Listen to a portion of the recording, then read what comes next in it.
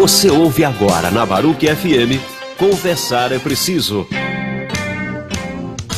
O universo da resolução de conflitos pela mediação privada. Apresentação Lígia Fortes e Cíntia Lanzoni.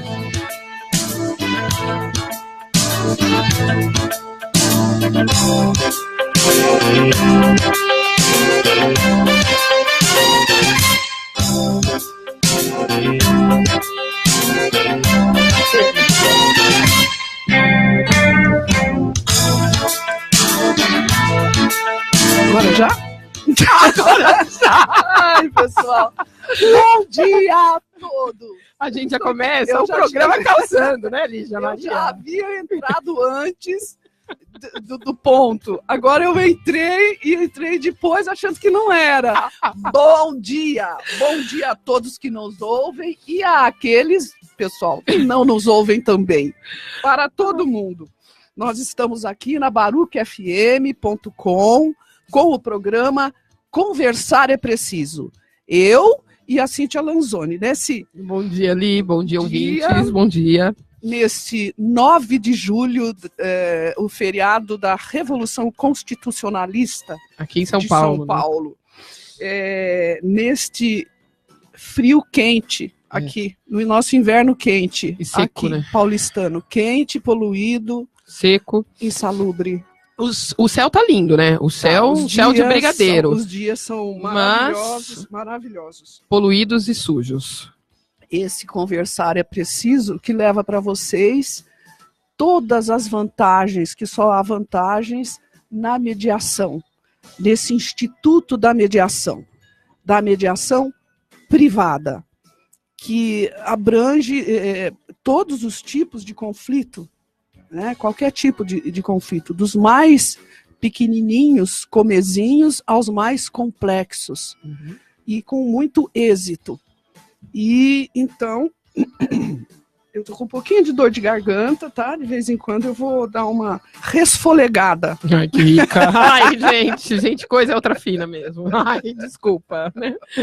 Vai fazer o quê, Lígia Maria? Ai, ai. O que você vai fazer? Este programa, resfolegar, assim. Então, assim, aqui pela Baruch FM, que nós fazemos, a rádio que nós fazemos, compartilhamos e curtimos. Com o apoio de quem, Cíntia? Da Sucedere. Nossa. Câmara de Mediação, Arbitragem e Práticas Colaborativas. Olha, gente, eu prometo que essa semana eu revisarei todos os textos e o nosso sítio estará no ar, tá? Eu e a Lígia já conversamos sobre, estamos sem tempo, de fato, né? Mas essa semana, prometo que eu vou sentar meu popozinho na cadeira, gostoso, vou pedir um cafezinho, e revisarei. Semana que vem vamos falar, gente, vai lá no nosso site, dá uma olhadinha, né, vamos conversar por lá também. Mas por enquanto estamos aqui pela Baruch FM e ficaremos logo, né, depois mesmo do site estar pronto. Então, se você quiser falar com a gente, pela Baruch FM e pelo Fake Truque, né? Sempre pela rádio Baruch FM. Por hora. Então, nós estamos tratando aqui da mediação empresarial. Um tema de suma importância, muito, vamos dizer assim, oportuno, até por conta da situação em que o Brasil se encontra, econômica. A mediação empresarial, por sua própria natureza, ela é ligada ao lucro, ao dinheiro. Então, quanto mais você economiza, quanto menos custos você tem, principalmente nessas questões jurídicas, de conflitos, de desavenças com fornecedores, com sócios, desavenças no fornecimento de material, de matéria-prima, instituições financeiras. Com as instituições financeiras, problemas de fornecimento de tecnologia, de know-how, de registro de patentes, mais você também tem a possibilidade de melhorar o seu negócio. O que estávamos falando essa semana de aduaneiros, semana passada, né? Direitos aduaneiros, de desembaraços de mercadorias, coisas que a gente fazia mais antigamente. Mas também é uma área muito importante, muito importante. Agora, pessoal, é assim, né? Se você está fazendo qualquer coisa na sua vida, algo sempre da mesma forma, e aquilo não traz bons resultados, o que é necessário? Mudar. Se você fizer sempre as coisas de um mesmo jeito, você vai obter os mesmos resultados. E isso vale também, né, para quê? Para os conflitos também. Se você continuar tratando os conflitos como são tratados desde sempre, o que vai acontecer? O resultado vai ser o mesmo. Anos a fio, tem gente que tem ações que tem 20 anos no judiciário, e não são poucas, são muitas. Represamento de recursos, como nós já falamos isso, valores astronômicos que estão depositados nas contas do juízo, né, das contas das varas do Poder Judiciário, para resguardar, entre aspas, direitos e acabar com outros, né, de outro lado. Um lado está preservado e o outro não, né? Na verdade, é isso que acontece. Então, nós temos, o que acontece? Nós temos que mudar a maneira de pensar, a maneira de encarar os conflitos, porque o conflito, ele é desgastante, é tóxico, mas ele pode ser tratado de uma outra forma, e ninguém está dizendo aqui que todo conflito é mediável, que você chega lá e resolve, mas vale muito a pena tentar a solução dos conflitos via mediação, via as autocomposições, não é? Você sentar e tentar negociar. Na esfera empresarial, isso é de suma importância, porque os custos no judiciário são altíssimos, e não só de dinheiro, mas de tempo e o custo emocional. Isso é muito importante, o desgaste emocional que as partes sofrem, né? Às vezes você acaba perdendo um parceiro comercial ou um parceiro de desenvolvimento de tecnologia por conta de uma sentença ou por conta de um processo longo, não é mesmo, Cíntia? Judicial. É importante também levar em conta qual que é a diferença básica de você buscar a mediação privada, que é o que se recomenda, porque a judicial, nós já falamos isso aqui também, o que acontece? O legislador brasileiro, ele optou em colocar a mediação dentro do Poder Judiciário, né? A mediação não é prévia, é dentro do Poder Judiciário, que já está bastante desgastado com excessos de judicialização, né, que as pessoas pensam num problema e já vai direto para o judiciário. Então, o que acontece? Fica totalmente abarrotado. E hoje, os Sejus, que são aqueles centros que atendem a população, que absolutamente não cobram nada, o que também é um absurdo, tem que se cobrar, nem que seja uma taxa simbólica, para que se tenha condições de manutenção, principalmente dos mediadores, que são voluntários, que o Estado de São Paulo não paga, nenhum tostão, isso também a gente já falou, e eles estão também assoberbados, eles estão entupidos de audiências, de sessões, e não estão dando conta, não estão dando conta. Você vai lá, chega até o Sejusc e tudo, demora 6 meses, 7 meses, 8 meses, e com a desvantagem de que você não tem exatamente mediadores que são competentes, mas você não tem mediadores especializados em coisa alguma ali. E o tempo é muito curto. O tempo é muito curto que se tem para discutir as questões. A gente não cansa, né, Cíntia, de sopesar, de reforçar esses aspectos que têm que ser considerados. Aqui ninguém está fazendo a demonização do Poder Judiciário, não. Nós só somos realistas. Vamos procurar, inclusive, agora trazer algumas informações, alguns boletins. Vamos também deixar no nosso site, em relação aos Sejuscs, o que tem de bom e o que realmente é complicado e não funciona, né? Na verdade, eu volto a falar o que a gente já falou aqui, né, da questão pessoal. Porque nós estamos falando de direito empresarial, então ir pro fórum, né, como entrar com o advogado, eu adoro esse termo, entrar com o advogado. Você pega o advogado e entra com o advogado, né? Entrar com o advogado é entrar com uma ação. Então você vai com o advogado e no braço, com a ação no...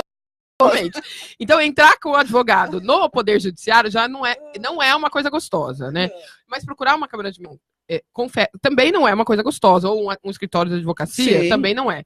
Mas você tem uma questão no âmbito empresarial, como nós já falamos aqui, a maioria das nossas empresas, salvo engano, 70% das nossas empresas são familiares, então o problema da sua empresa está intimamente ligado a um momento pessoal seu, subjetivo, critérios subjetivos pessoais.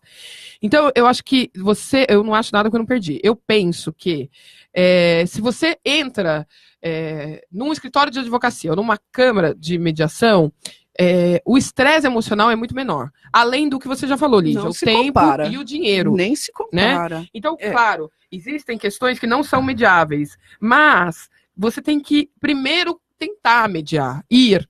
Se você tem essa negativa, olha, o seu caso não é mediável, nós teremos que entrar com uma ação judicial, nós teremos que ir para o judiciário, temos que pedir a tutela do Estado, aí ok.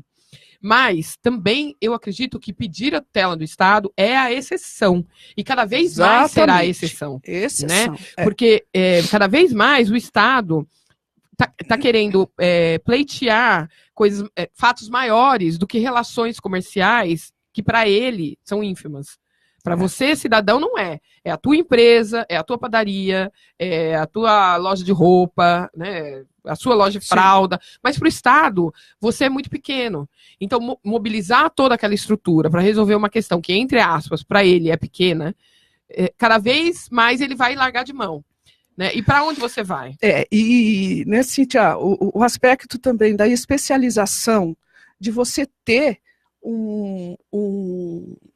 um profissional ali que realmente saiba tratar daquelas questões. Por exemplo, as questões de empresa, que nós estamos falando agora das questões de empresa, você tem um juiz que vai aprender fazendo também. Ele não tem uma especialização nisso. Ele é generalista. Ele é generalista, nós já falamos nisso. E nós temos que lembrar também que, além do gasto de tempo, além do gasto de dinheiro, você vai encontrar um juiz, passou no concurso público, estudou, mas ele é um generalista. E esse juiz, ele é o quê? Ele é uma pessoa. Antes de qualquer coisa, o juiz é uma pessoa. E esse juiz, ele vai ser influenciado, basicamente, por 3 fatores nas suas decisões. O juiz de primeiro grau, que é aquele para o qual é distribuída a ação, é um juiz que dá uma sentença. A sentença é de sentire, é de sentimento. É o que o juiz, não só de sentimento, mas ela é uma coisa que ele faz sozinho. Ele faz sozinho. É o que ele pensa. Então, são 3 fatores que influenciam o juiz. E não sou eu que estou dizendo isso, e nem a Cíntia, porque é só ligar a televisão nesse final de semana que vocês viram o que aconteceu. Um juiz soltou, um desembargador soltou, que é um juiz também, só que está em segundo grau, soltou o Lula, o outro veio, o Moro falou, aí depois o relator do caso lá no STF mudou, ele fez 4 vezes o mesmo despacho, não foi acolhido, porque ele não tinha competência para fazer tal coisa. O que um colegiado fez, depois passou para o STJ, depois foi para o Supremo Tribunal Federal, e aí um desembargador de segundo grau, né, do Superior Tribunal Federal, achou que podia soltar por questões o quê? Ideológicas. Então, vejam só a gravidade disso. Ainda bem que isso foi, o Moro deu o start, o Ministério Público entrou na questão e o relator do tribunal tomou as providências. Mas os juízes, eles são influenciados, como esse desembargador foi, pelo que ele acha, pela posição política que ele tem, e não pela interpretação da lei, pelo que foi julgado, né, pela determinação de cumprimento de pena com a definição do segundo grau, que foi confirmado, repito, pelos tribunais superiores. Então, os juízes, eles têm 3 fatores que os influenciam. O arcabouço legal objetivo, né, o que está positivado, ou seja, a lei. A lei. Ele tem que observar a lei. Às vezes não observa, mas ele tem que observar a lei. O juiz se supõe que ele conheça a lei, né? O segundo fator é a sua visão, o que eu estava dizendo antes, subjetiva do mundo. O que é uma questão subjetiva do mundo? É como você vê o mundo. Como a Cíntia vê, eu vejo os juízes, porque, viu, pessoal, eles são iguaizinhos a nós, né? Embora com toda aquela pluma, aquela panca, mas eles são iguaizinhos a nós. Então, eles se influenciam pela visão que eles têm do mundo. Por exemplo, eu sou contra a pena de morte. Certamente haverá juízes que são a favor da pena de morte, né? Uhum. Eu prefiro o campo à praia, sabe? Normalmente. Todos nós já perdemos entes queridos, ele também. Então, tudo isso influencia a maneira do juiz conduzir uma causa, isso não tem dúvida. E tem uma questão que é o que está na moda agora, em voga, né? Porque é tudo televisionado. Então, as sessões do Supremo são expostas, né? Ficam ali, todo mundo vê. A pressão social. Eles são influenciados pela pressão social. Não podem se deixar levar por isso, é claro. Ele tem que analisar a materialidade das provas. A cognição do juiz, ele tem que se basear nas provas e na lei. Essa que é a verdade. Mas a pressão popular, a pressão da mídia está presente nisso tudo. Então, é assim, há que se avaliar todos esses fatores, não só para as empresas. Nós estamos falando das empresas, nós já falamos muito, né, espancamos, como diz o outro, o tema da mediação familiar aqui, que vai voltar, com certeza, mas a questão econômica para a mediação empresarial, ela é, assim... norte. É o norte. É o que é a bússola, né, do empresário. E o empresariado brasileiro não se convenceu ainda disso, não olha para isso com esse cuidado. E mesmo os advogados. O advogado hoje, o advogado moderno, ele tem que ser um profissional que busque solucionar o conflito que lhe é apresentado, não ajuizar uma ação. Ele tem que buscar outros caminhos. Repetimos, nem sempre é possível, né, Cíntia? Mesmo que hoje já temos logaritmos que fazem isso numa boa, né? Então, você é advogado que acha que o litígio é a salvação da lavoura, eu acho melhor você começar a estudar um pouco de logaritmo, ação, né? Ação judicial, exatamente. Né? Que o litígio, a ação, a demanda é a salvação da lavoura, eu acho bom você começar a estudar um pouquinho de logaritmo, né? De inteligência artificial, porque esse trabalho... o computador já faz. Se você colocar no computador algumas palavras-chave, ele faz a peça que você quiser de uma forma espetacular. Você não precisa nem se preocupar com isso, né? Então, a nossa profissão, teoricamente, estaria fadada ao fim. Até porque, né, assim, porque uma máquina, né, um também, algoritmo não tem, né? como o judiciário, não tem a sensibilidade necessária. Exatamente. Então, aí, esses advogados modernos, como a Lígia está dizendo, não é quando vem o seu cliente, não é propor a demanda, não é falar, então nós vamos entrar com a ação, nós vamos fazer, nós vamos acontecer. Não, calma, vamos dar um passo para trás, me explica o que está acontecendo, chame a outra parte, vamos sentar e conversar e tentar de uma forma civilizada resolver essa questão. Porque, sinceramente, entrar, né, com a ação, entrar no judiciário não é solução. Né? A solução é conversar e tentarmos chegar a uma resolução do conflito entre iguais, conversando, né, civilizadamente. E, no caso de direito empresarial, na maioria dos casos, mas no caso de direito empresarial, fazendo conta para a sua empresa não morrer no final dessa negociação. Porque o bem tutelado aqui no direito empresarial, diferente no direito de família, que é o cidadão, que é o filho, que é a mãe, que é a mulher que é espancada, que é o filho que é abandonado, é a empresa. Então, nós precisamos, o bem tutelado aqui no direito empresarial é a empresa. Preservação da empresa. Exatamente, o lucro. Então, a vida, né, a vida saudável da sua empresa. Então, vamos sentar, vamos fazer conta e vamos falar, olha, dá para eu pagar tanto por mês, sem estrangular a minha empresa, a vida, a saúde da minha empresa, né? Eu consigo em 12 vezes, eu consigo em 10 vezes, mas eu consigo cumprir o que eu devo. E vice-versa. Você que me deve eu paguei, né? E você não me entregou né, a mercadoria. Sim. Como é que você pode me entregar essa mercadoria? Olha, eu não consigo, eu não tenho mão de obra, eu não tenho matéria-prima.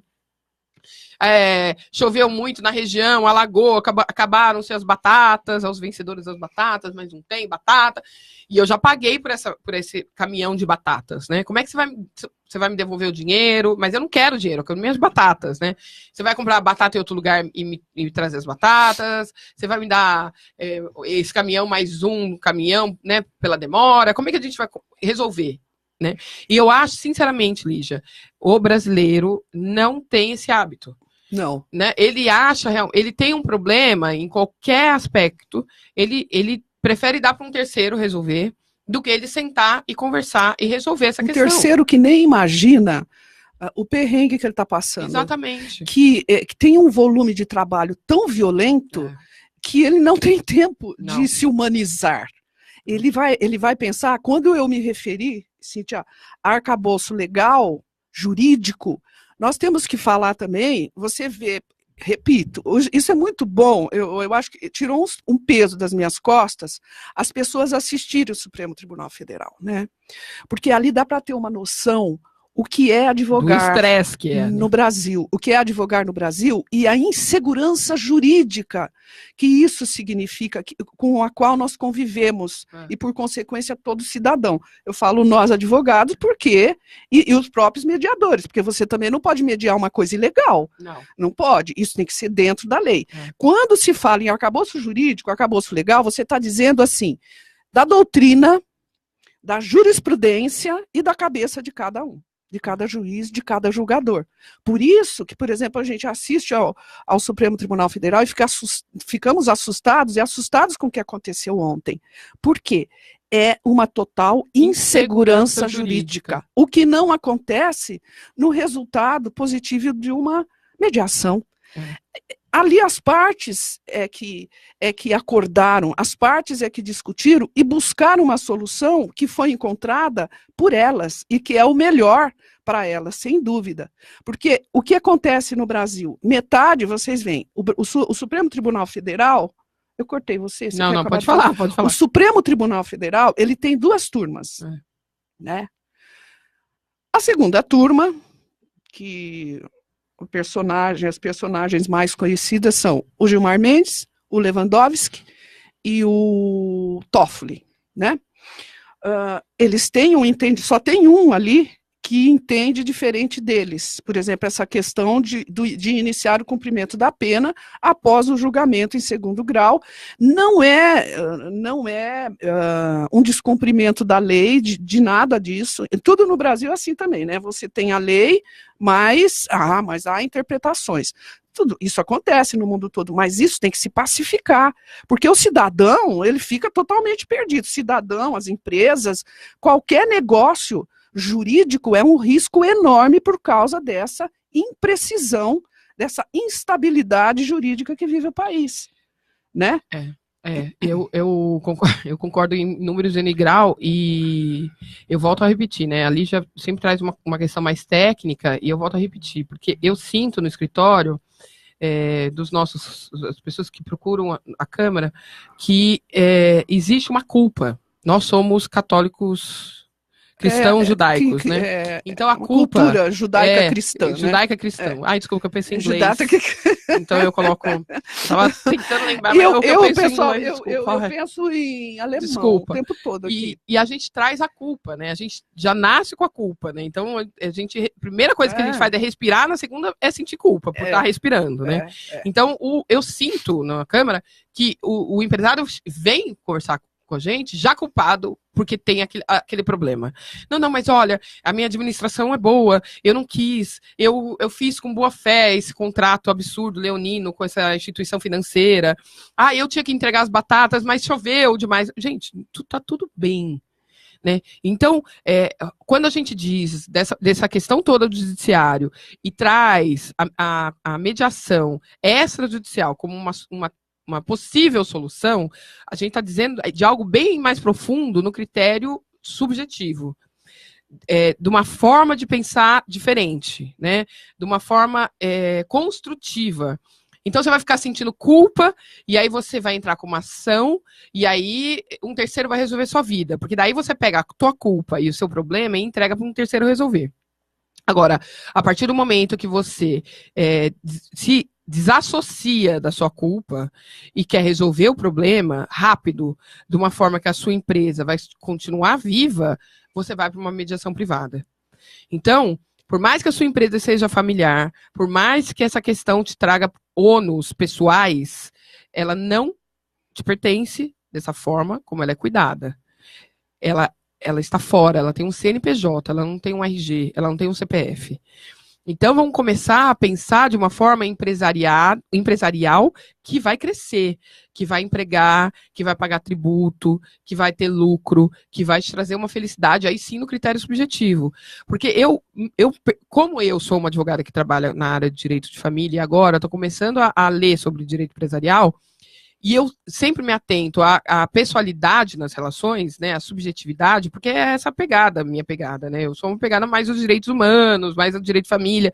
Eu percebo essa culpa. Então, eu percebo essa dificuldade de aceitar que está tudo bem, né, que houve essa questão, e que essa questão pode ser tratada de uma forma, entre aspas, adulta, rápida, célere. Madura. Essa exatamente. questão pode ser... E outra coisa, o empresário, principalmente no Brasil, ele tem que avaliar esse risco Brasil, que inclui o judiciário. Porque o judiciário no Brasil é um risco concreto, não é uma coisa distante. Você não sabe, não dá para o advogado dizer, olha, nós vamos...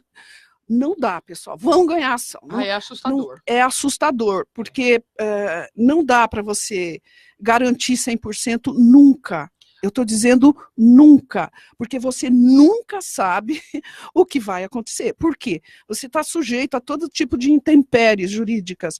É a jurisprudência, que, para quem não sabe, é um conjunto de julgados que agora está na moda no Brasil, isso lá nos Estados Unidos, na Europa, de precedentes. Ou seja, você julga aquele caso, não é que não pode mudar, não vão entender isso, mas a grosso modo, julga um determinado caso sempre daquela forma. Então forma uma jurisprudência e aquilo passa a ser uma lei praticamente, através das súmulas, que vai ser aplicado nos casos iguais. Não é? Isso é simples, não? Mas não é. E isso é descumprido reiteradamente no Brasil, a doutrina fica enlouquecida, tem a doutrina do bem, tem a doutrina do mal, tem a doutrina que não é nem do mal nem do bem, do meio. Então, o judiciário é um solo pantanoso, você não pode confiar, não é, Cíntia? Isso aí, Lígia, mas agora... Sim, né, vamos parar por aqui, né, porque infelizmente... O Afrânio já subiu a bandeirola, né? Então agora a gente vai para um momento descontraído desse programa tenso. Provocativo, como diria o nosso amigo Rui, né? Nós estamos todas provocativas hoje. Eu posso fechar só o porquê que nós dedicamos esse programa para quê? Para fustigar, para provocar vocês que estão nos ouvindo a pensar. A cabeça foi feita para pensar, pessoal. Não só para separar as orelhas. Né? Não dói, tá? Não dói muito. Não dói? Dói. Não dói muito. Não dói muito. Dói, mas é gostoso. É gostoso. Então, o que eu disse, assim, que se você continuar fazendo as coisas da mesma forma sempre, você vai obter os mesmos resultados. Esse raciocínio, esse pensamento não é meu. É do Albert Einstein, o pai da física moderna, só isso, aquele gênio. Eu ouvi falar desse moço. Então, ele disse literalmente que fazendo as coisas de um mesmo jeito, não se consegue um resultado diferente. Albert Einstein. É simples assim. Truco.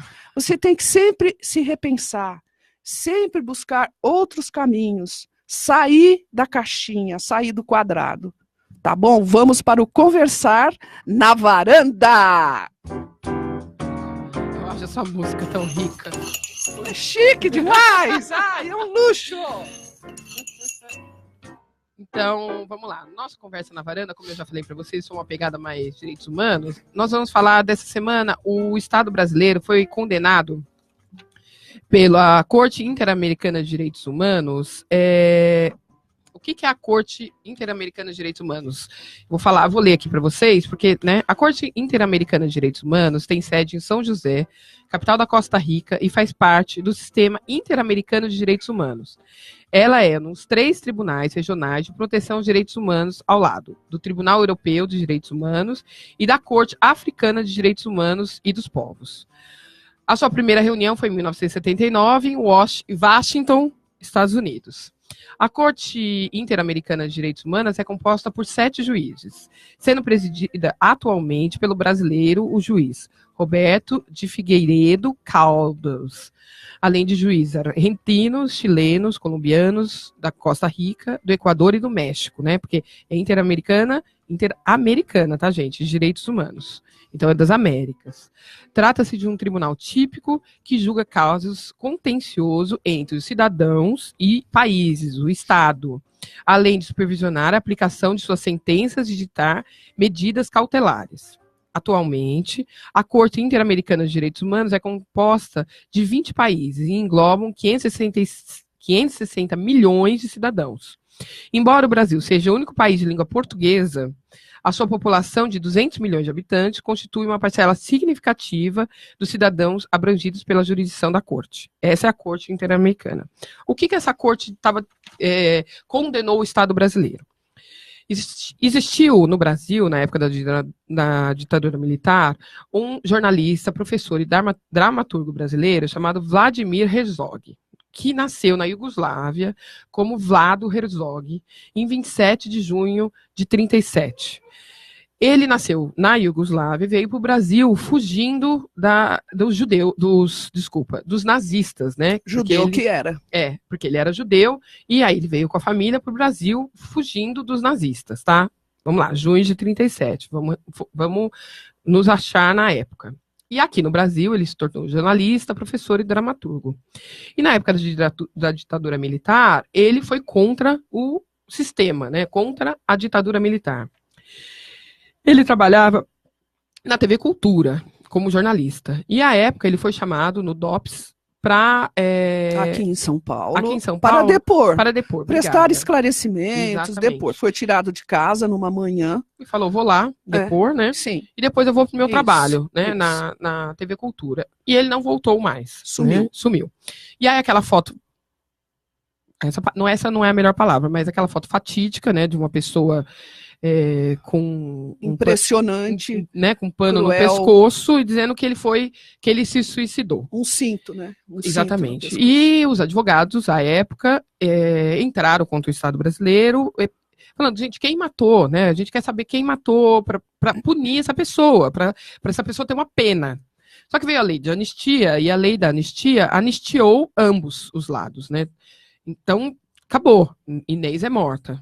Só que o advogado da família, do Herzog, entrou com uma demanda nessa corte. E aí o Estado brasileiro foi condenado só agora, depois de 50 anos. Ele morreu em 75. 25 de outubro de 1975, 85, 95... mais de 40 anos. 75, 85, 95, 2005, 2015. 50. 5, 6, 7, 8. 53 anos, né? Pessoal de humanas fazendo conta.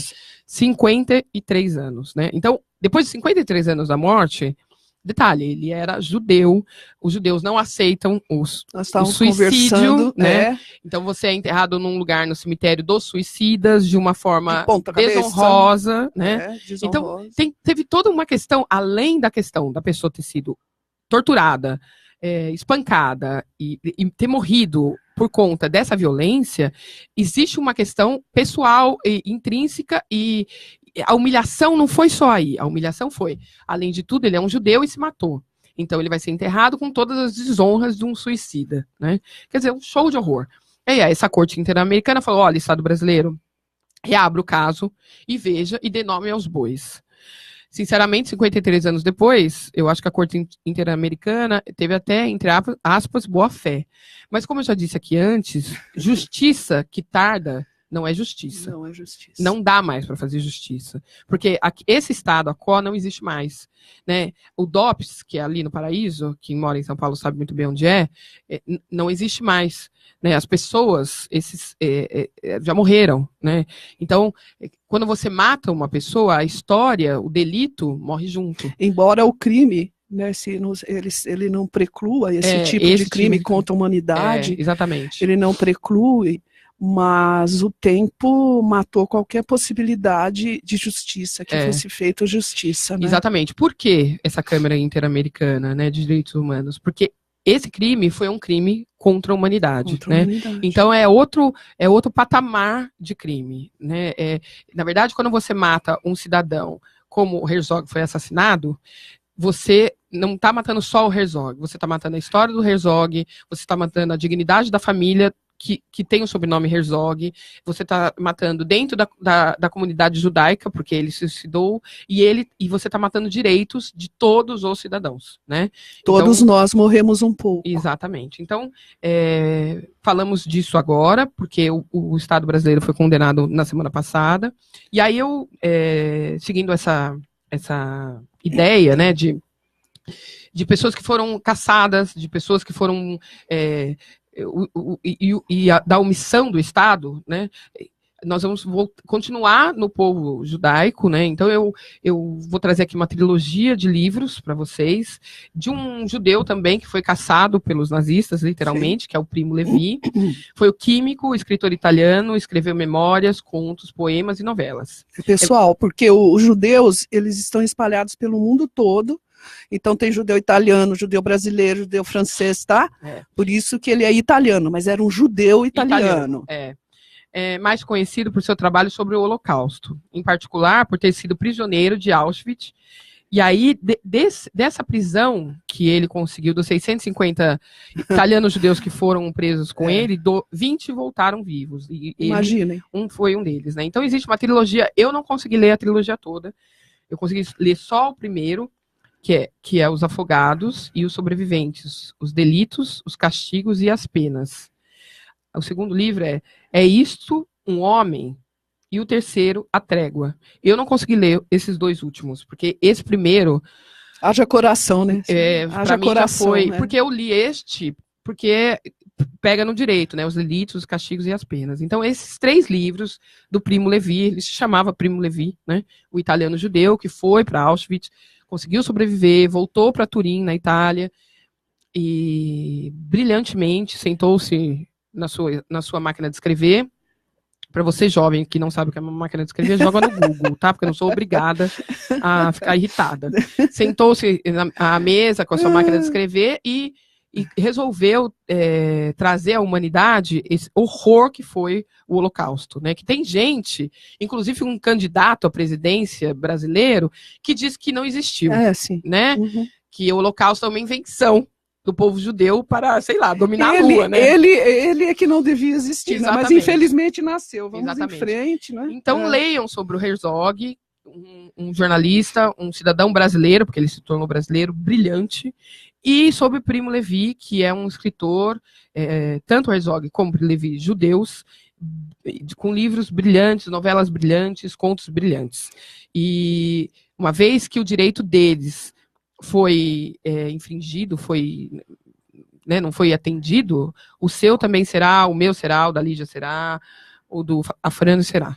Então, ou vamos todo mundo, ou não vai ninguém. E é importante se frisar também que o Vlado, que como ele era conhecido carinhosamente, ele não... porque, assim, parece que você está falando de um terrorista, de um cara que fazia textos, que, sabe, quantos foram perseguidos no Brasil, não é? Quantos intelectuais, gente que já foi presidente, que já foi governador, que já foi senador, todo mundo perseguido, que teve que fugir para não morrer, que nem ele.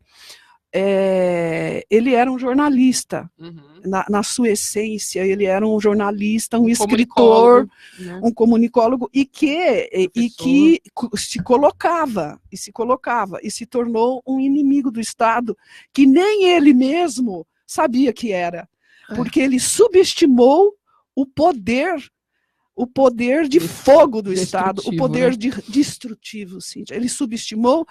E foi espontaneamente, ele tomou seu café da manhã e foi depor, foi isso que ele fez, e não voltou mais. Porque ele estava de boa fé, eu creio eu. Né? Tinha compromissos com a esposa, com o trabalho, e as pessoas começaram a perguntar, é uma coisa que os olhos ficam úmidos, né? Porque foi uma traição, além de ser um crime, mas eu estou dizendo, a sua essência é uma traição, não é? De uma pessoa bem intencionada, que foi lá prestar esclarecimentos, como tantos outros jornalistas que foram perseguidos, professores, catedráticos, padres. O próprio Fernando Henrique Cardoso foi morar aí na América Latina. Outro livro maravilhoso, Batismo de Sangue. Batismo de Sangue eu li. Padre. É bárbaro. Né? Então, por favor, vamos, maravilhoso. Vamos ler, né? Vamos em homenagem ao nosso querido Herzog, né? Nosso Vlado Herzog, e a essa condenação ao Estado brasileiro. Nós escolhemos uma música maravilhosa do Milton Nascimento, sem ser piegas, dessa época, chamada Para Lennon e McCartney, para nós encerrarmos nosso programa com chave de ouro. Com os olhos úmidos de emoção aqui, pessoal. Um grande beijo. Abraço para todo mundo, bem apertadinho, tá? Tchau.